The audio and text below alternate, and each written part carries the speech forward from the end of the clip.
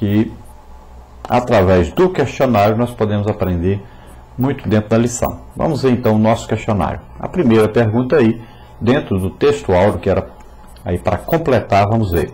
Davi, porém, disse ao filisteu: tu vens a mim com espada e com lança e com escudo. Porém eu vou a ti em nome do Senhor dos Exércitos, o Deus dos Exércitos de Israel, a quem tens afrontado. 1 Samuel 17:45. Então nós já comentamos sobre o texto áureo e nós vimos aí que Davi enfrenta o gigante com armas espirituais e não com as armas carnais como aquele gigante estava usando. Segunda pergunta aí, verdade prática, para completar também. O desafio de Davi a Golias, o gigante filisteu, representa a luta espiritual que o crente trava com o mundo, a carne e o diabo. Então aí a luta contra esses três inimigos que nós temos e que precisa ser vencida sempre em nome de Jesus, sempre em comunhão com o Espírito Santo. Esse poder do Espírito Santo é que vai solucionar, essa unção do Espírito Santo, essa presença do Espírito Santo é que vai nos ajudar a vencer todas as nossas lutas. Na parte da introdução aí, número 3, a pergunta: de que estava cônscio Davi? Como se observa aí lendo o capítulo 17 de 1 Samuel, principalmente os versículos 31 a 50. Então ele estava cônscio, estava consciente, sabia que aquele combate não era somente o quê? O combate físico, mas também espiritual. Então aquele combate, haveria quase que um contato físico entre o gigante e Davi? Sim. Se todos olhassem, eles veriam que haveria um contato. Sempre os soldados imaginavam que um contato físico com aquele gigante. O gigante, de mais de 3 metros de altura, certamente venceria devido à sua força física, à sua experiência de guerras, né? Devido às suas armas poderosas, né? A sua espada imensa, uma lança e tal, devido à sua couraça, assim, 70 quilos de armadura. Então, todos olhavam e diziam: bom, fisicamente, então, não tem jeito. Se ele me pegar, eu estou morto. Se eu chegar perto dele, eu estou morto. Mas Davi, pelo contrário, como ele confiava em Deus, tinha fé em Deus, sabia a unção que estava nele, ele dizia: se eu chegar perto, ele desmorona, né? Desmonta tudo, com esse poder que está em mim. Então, Davi foi confiante e não precisou haver nem contato físico, nem encostar. De longe mesmo, Davi rodou ali a sua funda e atirou a pedra. E pronto, estava resolvido o problema. Vamos ver então, número 4. Para que aponta a vitória de Davi sobre Golias? Então aponta para a nossa vitória diária na vida cristã através do Filho de Davi, Jesus Cristo, que venceu por nós. Segunda carta do apóstolo Paulo aos Coríntios, capítulo 2, versículo 14, Romanos 8:37. Então aponta aí para a nossa vitória diária. Todos os dias nós estamos aí na luta contra tanto o inimigo como aí a nossa carne, né? A nossa carnalidade, muitas vezes o corpo puxando sempre para a terra, para os prazeres da terra. Também lutamos aí contra o mundo, né? O sistema maligno que está aí por detrás das coisas, na educação, na política, né? E em toda parte esse sistema maligno que existe por aí. Depois, aí na primeira parte, os inimigos do povo de Deus, pergunta número 5.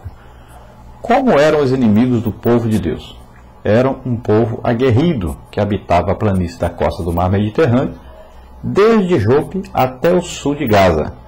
Então você veja aí no mapa onde era o território aí dos filisteus. Na Bíblia, o país é chamado de Filístia, Salmos 87:4, que originou os termos então Palestina e Palestino. Em Gênesis 10, a Bíblia registra a origem desse povo gentílico. Veja, então Gênesis 10, versículos 13 e 14. Em Josué, capítulo 13, versículo 3, está a menção das suas 5 grandes cidades: Gaza, Asdod, Asquelon, Gate e Ecrom. Veja aí no mapa. O guerreiro gigante Golias, que desafiou os israelitas, era dessa cidade aí de Gate. 1 Samuel 17:4. Não era o primeiro gigante, havia outros gigantes, e você vê aí as regiões onde havia mais gigantes, e eram conhecidos esses gigantes. Provavelmente Golias era um homem então contratado pelo exército, né, para amedrontar aí os exércitos inimigos, e ele marchava à frente dos outros para poder aí incutir esse medo terrível, e as pessoas com medo eram mais fáceis de serem vencidas. Nós vemos aí na pergunta número 6, que é para completar também, o livro de Samuel nos dá a dimensão da grandeza numérica do povo filisteu e podemos enxergar espiritualmente seu significado. Complete aí. E os filisteus se ajuntaram para pelejar contra Israel. 30.000 carros, 6.000 cavaleiros e povo em multidão como a areia que está à borda do mar. E subiram e se acamparam em Micmas, ao oriente de Bet-Aven, 1 Samuel 13:5. E aí então nós vemos que os inimigos de Israel eram de fato numerosos. Na história se observará que os fiéis a Deus às vezes parecem estar em desvantagem pessoal, material, posicional, comunicativa, etc. Mas a palavra do Senhor acerca deles permanece de pé. Não temas, ó pequeno rebanho, porque a vosso Pai agradou dar-vos o reino. Lucas 12:32. Então vemos aí que na luta de Israel contra esse exército inimigo era uma diferença muito grande. Um exército poderosíssimo e muito numeroso, e com armas avançadas. Nós vamos ver que o povo filisteu, eles dominavam aí nessa área de ferramentas, de armas, né? Alguma coisa que fosse trabalhada com ferro. Inclusive o povo de Israel, para ter as suas ferramentas, né, seus instrumentos de trabalho na agricultura, era um povo que mexia com a agricultura principalmente, não era um povo de guerra, o povo de Israel. Então eles tinham que ir buscar na Filístia esses instrumentos lá que se fabricava isso. Então era mais aí um domínio também, tanto territorial dos filisteus, como bélico, como também cultural, né? E um domínio aí cultural, por quê? Porque eles fabricavam, né, as armas, os instrumentos de agricultura, todas as ferramentas para a agricultura. Então eles dominavam nessa parte também. Então, um exército poderosíssimo. Se fosse olhado de maneira material, então seriam vencedores normalmente. Não precisavam nem lutar, era só entregar para eles o país todo. Mas o povo de Deus tem que aprender que nas nossas desvantagens aí, que às vezes parece desvantagem, né, olhando fisicamente, na verdade Deus usa a nossa fraqueza para que o seu poder se manifeste. Deus gosta de ser glorificado através das pessoas assim mesmo, fracas, né, humildes, pessoas que parecem que não são nada, que não têm nada. Então, através dessas mesmas que Deus faz grandes milagres, Deus faz maravilhas e Deus mostra o seu poder. Então, o poder de Deus se aperfeiçoa na nossa fraqueza e não na nossa força. Nós vamos ver o exemplo de Gideão, que é quando o seu exército estava com 300 homens, é que Deus venceu a luta. Quando estava com muitos homens, milhares, Deus não quis que ele lutasse. Porque o poder de Deus se aperfeiçoa na fraqueza. Ele precisa de fé nossa e não de nossa força física. Vamos ver. Número 7.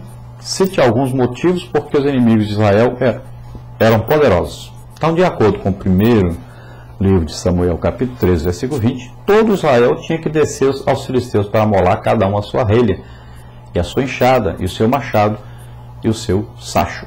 Então veja aí os materiais que eles usavam na agricultura. Os filisteus dominavam a técnica que permitia instrumentalizar o ferro. Então, como nós já dissemos aí, eles dominavam a técnica de construção, tanto de armas como de instrumentos agrícolas, né? De ferramentas agrícolas. Número 8. Parecia impossível Israel vencer o seu potente inimigo, mas nas palavras de fé de Davi temos a devida resposta. Qual é?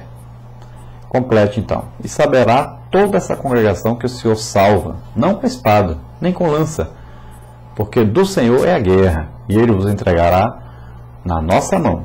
Somente a provisão divina pode explicar isso. Então veja bem como Davi encara diferente o gigante. Enquanto todos olhavam e diziam, perdemos, ele é muito maior, ele é muito mais poderoso.